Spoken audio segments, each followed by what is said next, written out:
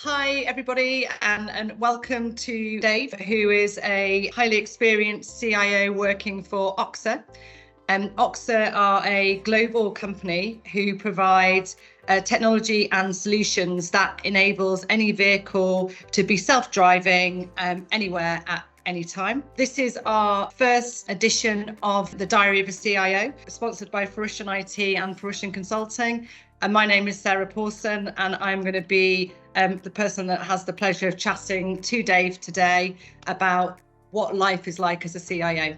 So it's been an interesting year for anybody working in technology.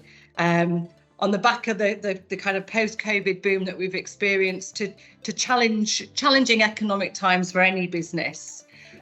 What do you see as the kind of, I guess, main priorities or the top priority for a CIO? I think it's really, really important that as CIO, I understand the business strategy, I understand where we're trying to get to, and then we can align our technology strategy to that business strategy. Ultimately, my job is to enable the business, to enable the business to be successful, and it's really critical to understand where the business needs to head. 5 or 6 years ago, most people were in an office. Now you have remote teams, hybrid teams, people in an office. So it's really critical to sort of understand that that's the direction that the business wants to head in. How can I enable that with connectivity, the devices we give people, how we provision for people to be able to work from home? I just think all of those things need to align, because you want people to be able to do their job and do it the best they possibly can. I guess those relationships that you build with the business then are critical. Absolutely. Yeah. I think you need to be able to not just understand technology, you need to kind of understand a little bit about how each team works. You don't have to be an expert in that, but understanding, how legal teams and product engineering teams and finance teams need to work and how they need to operate and the boundaries around that and the areas where they see challenges. So yeah, absolutely agree.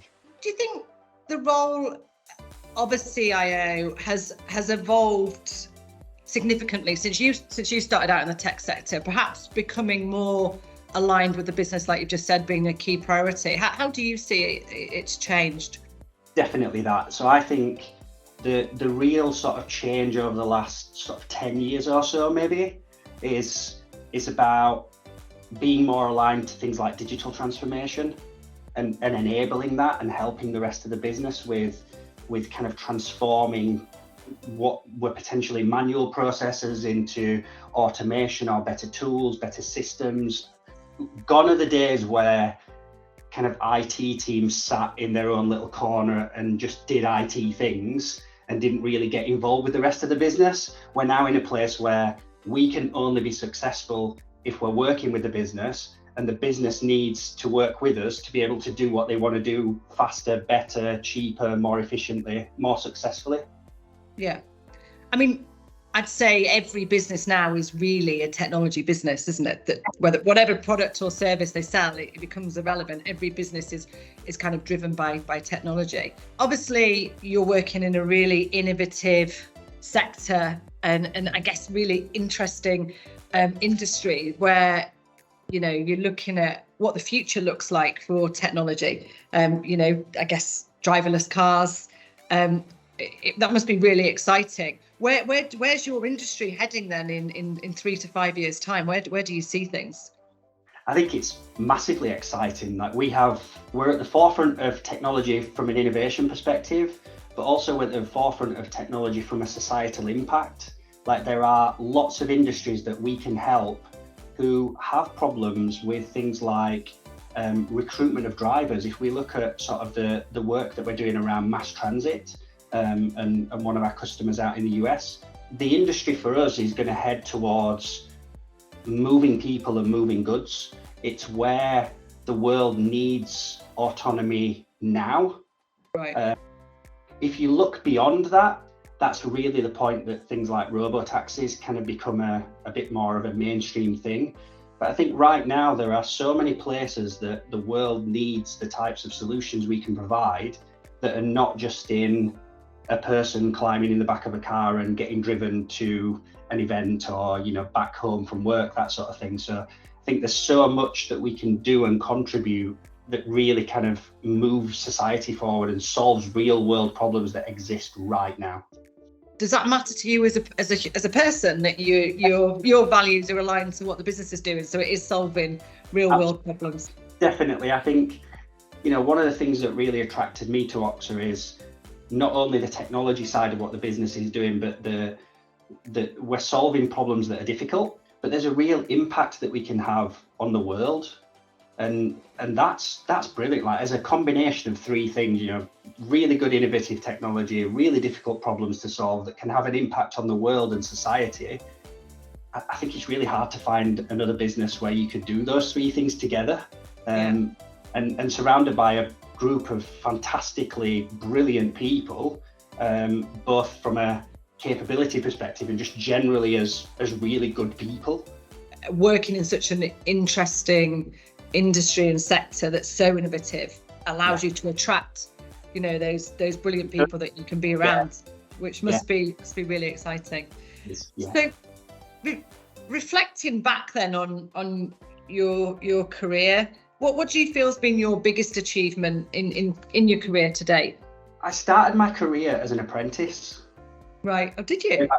Yeah. So I started, work for me was to an apprenticeship. What apprenticeship was it? So I worked I moved into local authority, into local government, a lot more years ago than I'd care to admit, and started out in sort of admin type roles. Okay. So I think, and I always had this view that I wanted to get into technology, but I didn't really know what I needed to do to get into technology. And there wasn't that obvious route other than going to further education, try and kind of move into, college, university degrees, that sort of thing, and then try and find something at the end. So I think if I look right back over my kind of career, is my biggest achievement was getting into a technology role. And that was just through force of will and just working really hard outside of work. So kind of teaching myself how to write software, build websites, understand databases, those kind of real core basics of, if you want to get into this industry and you want to get into software development, which I realize is what I wanted to do, that's where I needed to start. So I would say that's probably the biggest achievement kind of right at the beginning, is getting into the industry. And then throughout my career, there's just been loads of brilliant things that I've been fortunate enough to get involved in around, previous company where we were doing lots of acquisitions, and that was really interesting, kind of getting into businesses and understanding all of the kind of inner workings of how you buy businesses and how you work through that, all the way through to working in an agency where we got to work with companies like Cadbury and deliver some really, really cool projects like personalized bars of chocolate. Just going back to what you said about when you were doing that apprenticeship, and you would kind of trying to get that first break into tech, and you had to really work super hard. You had to do things outside of work to get that experience and kind of really push yourself out of your comfort zone. That's probably, this could be said for any industry or any career. And do you think that's still important for people starting out in a technology career today that are trying to get that experience to get that first kind of step on the ladder? Have you got any kind of advice, for stuff that people can do today? There's a balance to be had of, you need to learn to get into technology, and it's kind of a little bit of a catch-22 situation, is how do you learn without being able to be in a role? So if you're coming out of education and trying to get into the technology business or into our technology business in that industry, is like, what's the first step? I think understand where you want to head to and what are the complementary skills, and don't just focus on the technology skills. You still need to be able to communicate with people. You still need to be able to kind of have those conversations, and we have to be careful of not over-indexing on, you need to be a brilliant technologist. Of course, right? The skill set and the technology skills are critical, but as much so, I think the softer skills, the people skills, the ability to listen and communicate well, I would encourage anybody to focus on some of those areas as well. You can teach more technology skills. The softer skills take more time to develop and to work on, and those are the ones that actually your personal investment is probably greater spent on. That's really good advice, and that's actually an easier, more practical thing that I guess if you were starting out in your career that you can do. And there's a lot to be said for anybody that can build a relationship and hold a conversation and be somebody that can then help somebody or solve somebody's problems, and you can demonstrate that through communication. Looking back then from that apprenticeship to date over your career, is there anything that you would have done differently if you could go back and start again to accelerate things, or would you have gone in a different direction, or do you kind of stand by where you are today and are happy with your lot? I think really honestly, I wouldn't change anything. Yeah. But the reason I wouldn't change anything is I'm a product of my experience. And I think everything that I've done, good and bad, because not everything's gone well, has led to where I am now and the person I am and the way that I lead teams.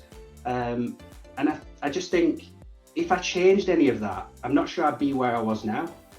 Quite often it's the things that have gone wrong that probably shape you into a better leader, a better person, both in and outside of work. Yeah, totally agree. What kind of keeps you up at night at the moment, Dave? What are the kind of real things that are the big kind of challenges for you in your current role that kind of make you think, how am I going to solve this? Cybersecurity and the ever evolving threat that's out there. Threats just appear from all sorts of different angles. The landscape's always evolving. How do you plan for that? How do you detect that those things are happening? But equally as importantly, how do we train people to spot those things? How do you train people to spot unusual activity? How do you train people to spot the phishing emails that we've all had, right? We've all got them, both at work and at home. Mm-hmm. How do you help people to spot those things? Because a lot of the really big hacks that you hear about in the news, a lot of them actually start with attacking a person, and right. not physically attacking a person, but kind of getting hold of their credentials, or maybe they've got an insecure device and that's a gateway into a network, which then becomes access to some data, which you can then kind of exfiltrate that and kind of go and sell it, and that's hold a business to ransom based on that.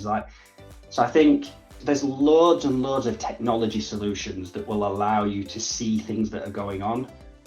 But to me, the first line of defense is the people. Right. If you help the people, you can create, tens of hundreds of potential kind of adversaries, so to speak, for the threat actors that are trying to get into your business. Yeah. And those phishing emails, it's really easy when you've got one and it's a phishing email, but sometimes when other people, and particularly I guess when they're targeting new people or junior people within a business, and once you explain how that's a phishing email, it's alarmingly obvious, but it isn't always immediately obvious to an individual. So I guess absolutely getting that education piece with your people, I guess, is really important. And that's a tough thing to do, because everybody thinks differently and perceives different things in different ways. Yeah. And is that, obviously that's a challenge that you face in your current role as CIO, because I guess ultimately it's your responsibility, partly your responsibility within the business. What's been your biggest challenge that you've kind of faced in your role as a CIO to date, and how have you overcome it? Making sure that you're partnered with people and you're aware of the things that people are thinking of doing. People will identify a problem. Yeah. And inevitably, because we're all human, they then try to solve that problem. Yeah. But sometimes there's already a solution to that problem that you already have in your kind of toolkit of solutions that you could give to a team. They may not just be aware of it. So I think really opening that dialogue of communication and trying to get in and amongst the things that are happening to kind of say, I see you're thinking about this, but we have this thing over here. and that will help you solve your problem. And I can give you that right now. There's no additional kind of work that you need. There's no investment. We can just help you on board into that tool or that system, and that will solve your problem, and you don't have to go and reinvent the wheel. So I think that's the other thing. And certainly in a business that's moving at the pace that we are moving at, as we scale up, I think that's an area that we have to really kind of keep a watch on, because teams want to solve problems. That's what they do. And we need to just kind of keep an eye on, are we solving those problems using things that already exist? And if we're not, are we picking something that solves the problem now and in the future? How are you overcoming that then as a CEO in your current business? What have you done to kind of, I guess, tap into that thinking process for those individuals or teams or those innovations that are being thought up and created? So relationship building is critical. Okay. So building that relationship with leaders across the business at all levels, so that you can open that dialogue. Also, trying to foster this culture of being really open. Just come and tell us. If you think you've got a problem that we can help with, come and ask. The worst we can say is, I can't help you with that, I'm sorry, but here's a person to speak to. The best thing is we say, yeah, we have a way of doing that, or we can help you solve that problem, or let's work together to find something that solves that problem. And by the way, this team over here are having a similar problem. Let's kind of team up together and look at your problem and their problem. Is there crossover? Can we solve that with one thing? And does that give us a springboard to then do other things? The really sort of fine line that we have to walk is not blocking things from moving forward. So I think where that can go wrong is if you don't handle it right and it's not managed right, and you don't kind of have that fast pace of conversation and dialogue, is you can end up in a cycle of you're trying to gather information and you're just irritating people because they just want to what the problem. You become a blocker. You become seen as a blocker, as opposed to enabler.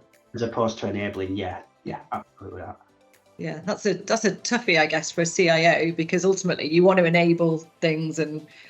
Yeah. But there are times when you do have to block something because it might be, it could be a security problem, or it could be that doesn't align with where we're heading from a strategic perspective.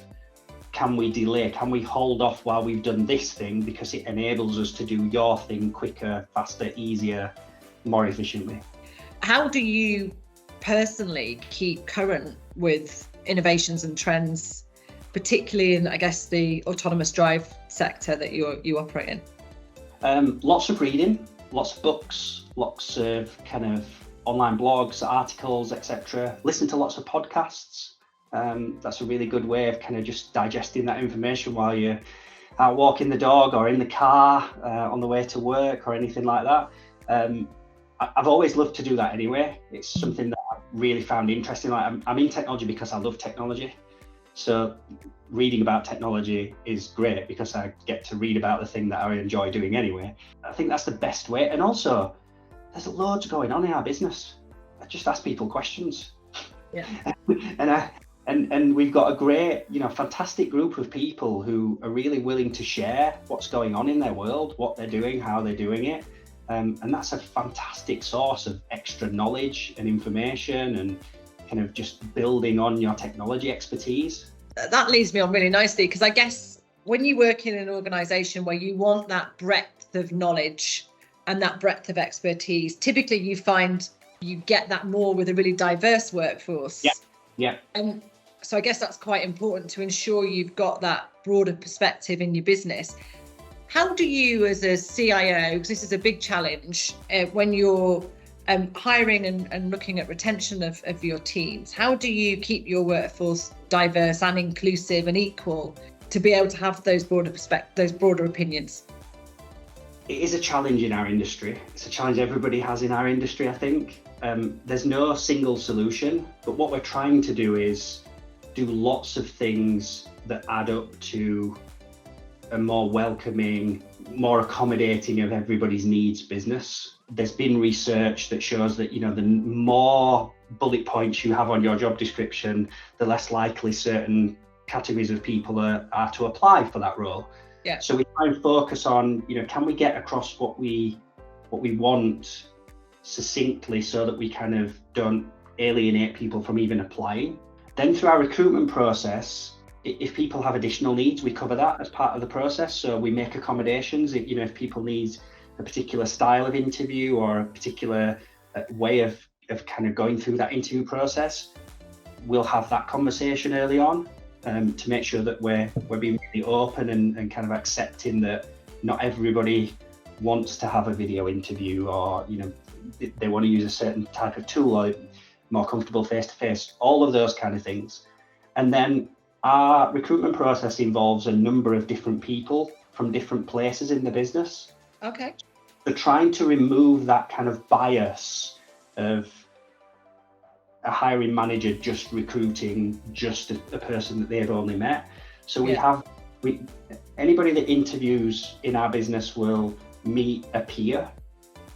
They'll also meet other people from other areas of the business. Yeah. And they'll meet someone quite senior in the business. And the idea of that is you get a really good picture of the business as a candidate. You get to meet different people, you get to experience the culture and the types of people that work here. But also then the recruitment process removes a lot of the unconscious bias, because you've now got the views of 3 or 4 different people in that process. The other kind of next step is then when you join the business, you need additional tools or support, absolutely provide that. And we also have a number of what we call voice groups within the business. So they represent faith and religions, or parents and carers, the LGBTQ community. And those voice groups feed into what we do as a business, whether that's changing some of our insurance benefits to provide additional care for people. The parents and carers group talk often about how we can support information or knowledge or changes to hours or education.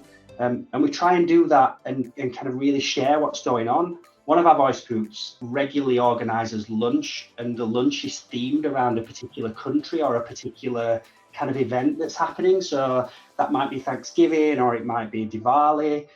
So kind of sharing what's happening in those cultures is really important, because then you get to learn about that, and that's really powerful. I think as well, when you talk to any kind of DE&I expert, it's how your employees actually feel that matters.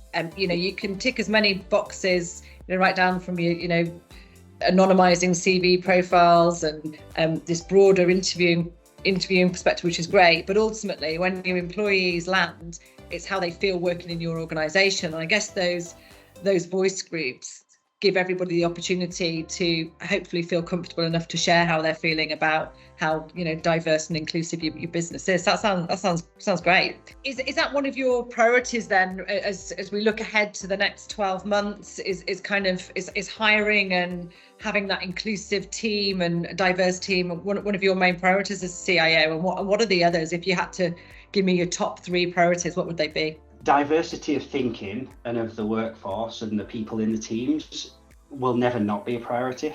I think it always has to be a priority, because the most successful teams are the teams that have diverse thinking and diverse representation, different views, different experiences, different lived experiences in and out of work are critical.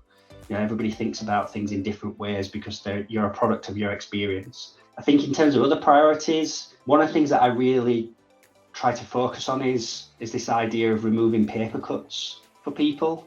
So this sort of theory of there will be lots and lots of small little things that we can improve that are kind of like those niggly little paper cuts that you experience day to day that you kind of like, oh, that was frustrating.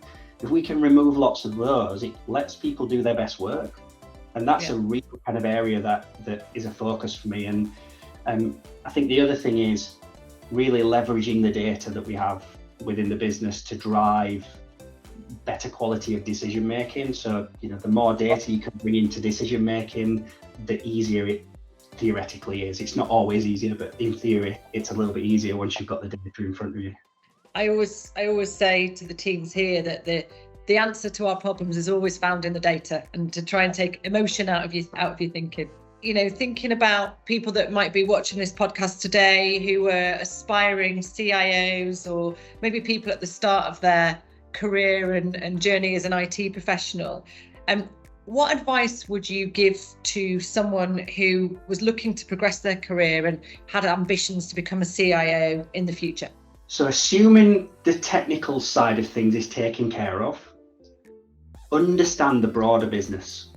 And what I mean by that is understand how finance teams work, how legal teams work, how people teams work, how the engineering teams work. You don't have to be an expert in all of those things, but if you understand how those people live their work experience, then you can shape that into your thinking and you can speak their language. When you're speaking to them and they're looking for help, being able to understand why something is important. If you can learn and get a broader picture, you can make much more thought out and considered decisions in things that you do. And it's also much easier to, quite honestly, get the money to do things if you can speak finance as language. that's always going to be a bonus. One of the biggest pieces of advice I would give people is understand that you're never going to get everything right. And it's really, really important you're willing to accept that you didn't get something right and how you can learn from it. Too often in the past, I've seen people just keep going at something just to try and do the thing they thought was the right thing. And you sort of see this kind of cycle of, I will deliver this. And there's a group of people kind of going, but if you don't, we could just do this instead. Yeah, but I'm going to deliver this. And I think you've just got to be careful that you don't let your ego stop you from being good at your job. That's really good advice. And I think what's been a really kind of, strong theme from talking to you today is, as a technology leader and executive within your business, even though technology drives everything that you do, it's ultimately about the people that work for Oxa and that you're engaging with, both, internally and externally. Which leads me to my last question. So throughout this series, we're going to ask every one of our guests on our podcast, and as you're the first person, so thank you very much for bearing with me today, we're going to ask you to leave a question for the next person who sits in your seat. But as this is the first one, I'm going to ask you a question off the cuff, if that's all right. And because we've talked a lot about people, I just want to know who has been the individual, and that can be personally or professionally, that's had the biggest impact on your career and why? There's been quite a few, actually. You can only name one. I can only name one. I'm going to go right back to what we talked about at the beginning then, where I kind of got into the technology world. And as I would describe it, someone took a chance on me. This kind of fresh-faced kid who said, I really want to learn all this stuff. And that's a guy called Steve Ragg. So I joined a business called Business Link. And Steve was the person that gave me the opportunity to get into technology. And without him kind of backing me early on, I wouldn't have got where I am now. I've worked with some amazing people over the years who've done, have done so much for me in terms of kind of sharing their time and kind of sharing their knowledge with me. But ultimately, that was my kind of breakthrough moment of getting to where I wanted to kind of start, and it really unlocked my journey into developing software, and it just unlocked so much for me. So yeah, I think that's where I'd go.